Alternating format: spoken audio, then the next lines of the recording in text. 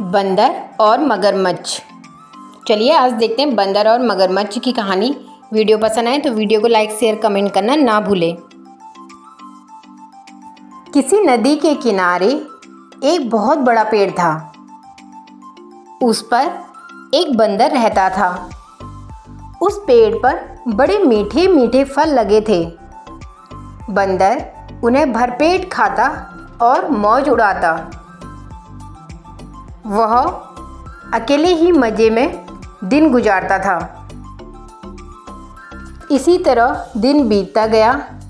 एक दिन एक मगरमच्छ उस नदी में उस पेड़ के नीचे आया और मगरमच्छ ने बंदर से पूछा, क्या यहाँ पे कुछ खाने का है?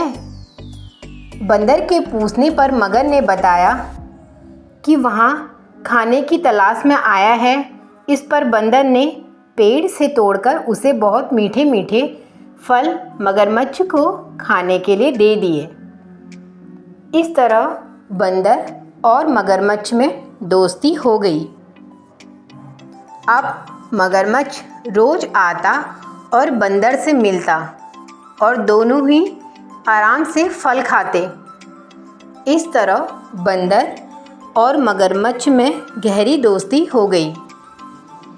एक दिन बात में मगरमच्छ ने बंदर को बताया कि उसकी एक पत्नी भी है जो नदी के उस पार एक घर में रहती है। अब बंदर ने उस दिन बहुत से मीठे फल मगरमच्छ को दिए और बोला, जाओ अपनी पत्नी के लिए भी इन फलों को लेके जाना। इस तरह मगरमच्छ रोज़ जी भर के फल खाता और अपनी पत्नी के लिए भी ले जाता। मगरमच्छ की पत्नी को फल बड़े ही अच्छे और मीठे स्वादिष्ट लगते थे। लेकिन मगरमच्छ का घर देर से आना उसे पसंद नहीं था। वह परेशान हो जाती थी क्योंकि मगरमच्छ उसे समय नहीं देता और वह देर से घर आया करता था। एक दिन मगरमच्छ की पत्नी बोली कि वह बंदर इतने मीठे फल खाता है तो उसका कलेजा कितना मीठा होगा। इस पर मगरमच्छ हैरान हुआ और बोला कि तुम ऐसा क्यों बोल रही हो? वह तो आपके लिए फल तोड़ के मुझे देता है ताकि तुम भी इन फलों का आनंद ले सको। इस पर मगरमच्छ की पत्नी बोली, हाँ मुझे सब पता है, लेकिन मैं उस बंदर का कलेजा खाऊंगी जो इतना मीठा फल खाता है, तो उसका कलेजा कितना मीठा होगा। इस पर मगरमच्छ हैरान रह जाता है और वह अपनी पत्नी को समझाता है कि वह मेरा मित्र है, मैं उसके साथ ऐसा नहीं कर सकता, मैं उसको धोखा नहीं दे सकता। इस पर मगरमच्छ ने अपनी पत्नी को समझाया पर वह नहीं मानी।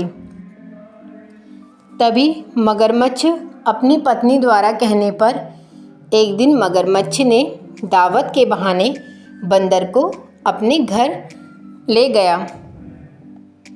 नदी के बीच में उसने बंदर को अपनी पत्नी की कलेजे वाली बात बताई।